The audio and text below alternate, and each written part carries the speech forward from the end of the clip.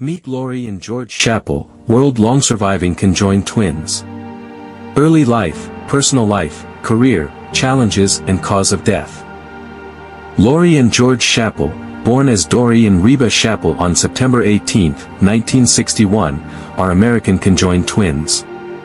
They are among the few conjoined twins who have achieved significant individual identities and careers despite their physical connection.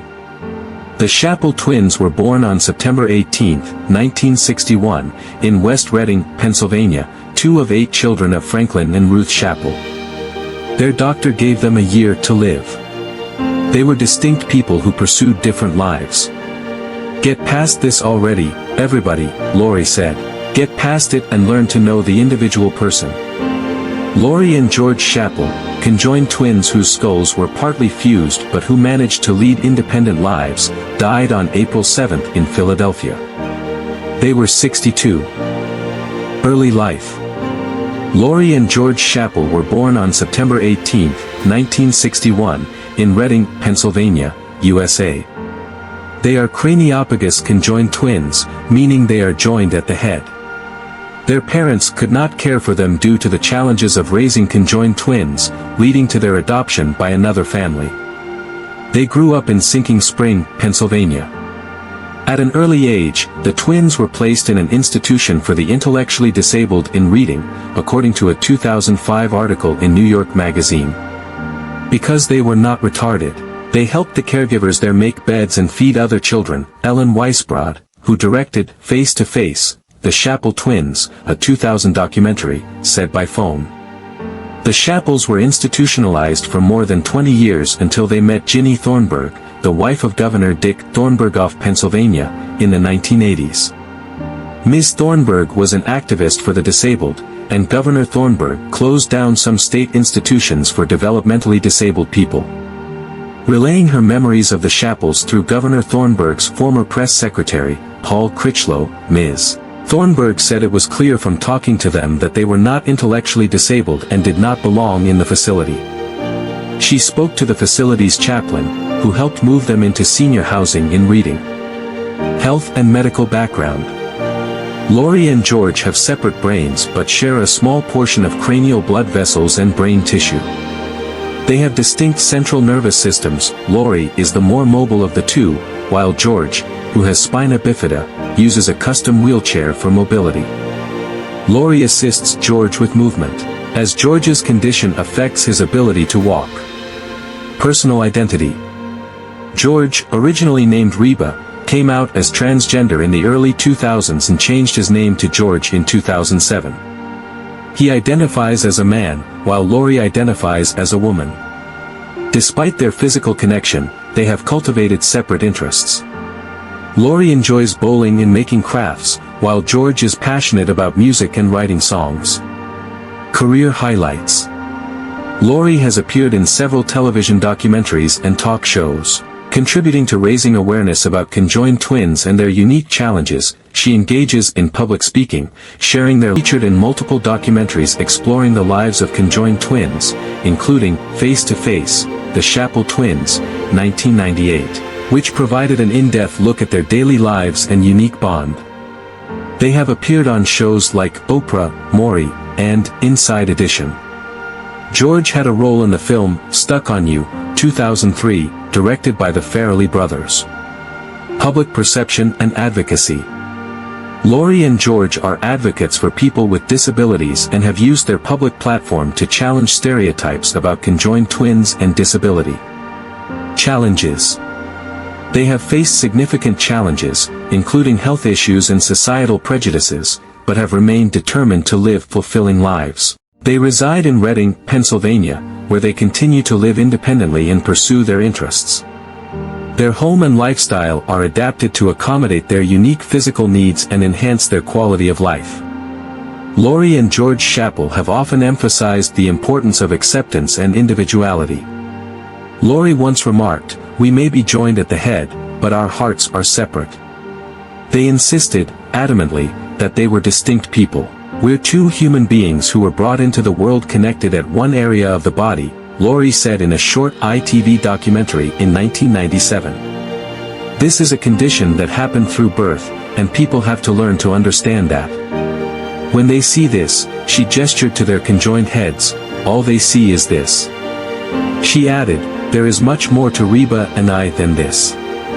Get past this already, everybody, get past it and learn to know the individual person. Lori worked at a hospital laundry in the 1990s and enjoyed bowling. On the Springer show, the twins noted that Lori dated men, and they discussed the logistics. During Lori's dates, Reba said, I wasn't there in my mind. I was there bodily. I didn't look at anything or say anything. Lori added, you really forget she's there. Lori said that she went only so far with men, as for anything beside cuddling or kissing, I won't go further. I will give up my virginity on my wedding night. She added, I've shared intimacy before. Interesting facts. Lori often customizes George's wheelchair to make daily life easier, including adding a mirror so George can see ahead while Lori navigates. Despite their challenges, they have embraced their public persona, using it to educate and inspire others about life as conjoined twins. This comprehensive look at Lori and George Schappell reflects their remarkable journey through life as conjoined twins, their personal growth, and their contributions to public awareness and advocacy. The Schappell twins said that they never wanted to be surgically separated, and that they did not wish they had been born apart. Our parents instilled in us from the day we were old enough to know better and to understand what they were saying, Lori told ITV, that God did this for a purpose. A correction was made on April 23, 2024, an earlier version of this obituary misspelled the surname of a former press secretary to Governor Dick Thornburgh of Pennsylvania. He is Paul Critchlow, not Critchlow. George, as Reba, performed country music in the United States and abroad, won a Los Angeles Music Award for Best New Country Artist in 1997, and sang The Fear of Being Alone over the closing credits of Stuck on You, 2003, a comedy directed by Bobby and Peter Farrelly that starred Greg Kinnear and Matt Damon as conjoined twins. The twins gave each other space for their pursuits. Reba told BBC Radio in 2006, when I am singing, Lori is like another fan, except she's up on stage with me, covered by a blanket to reduce the distraction. 'Cause of death. Their death, at a hospital, was announced by a funeral home, which did not cite a cause. Dr. Christopher Moyer, a professor of surgery at the Mayo Clinic, who has been on teams that separated 6 sets of conjoined twins, although none of them were joined at the head, said that when one of the Schappells died, the other would have almost certainly followed quickly. Conjoined twins share circulation, he said, so unless you somehow emergently divide their connection, it's absolutely a fatal, non-viable process.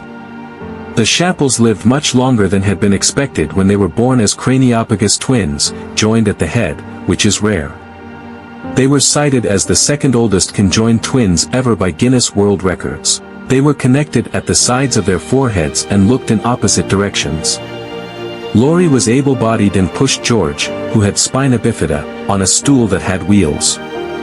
George was assigned female at birth and took on a new name in the 1990s, Reba, for the country singer Reba McEntire, but later came out as a trans man.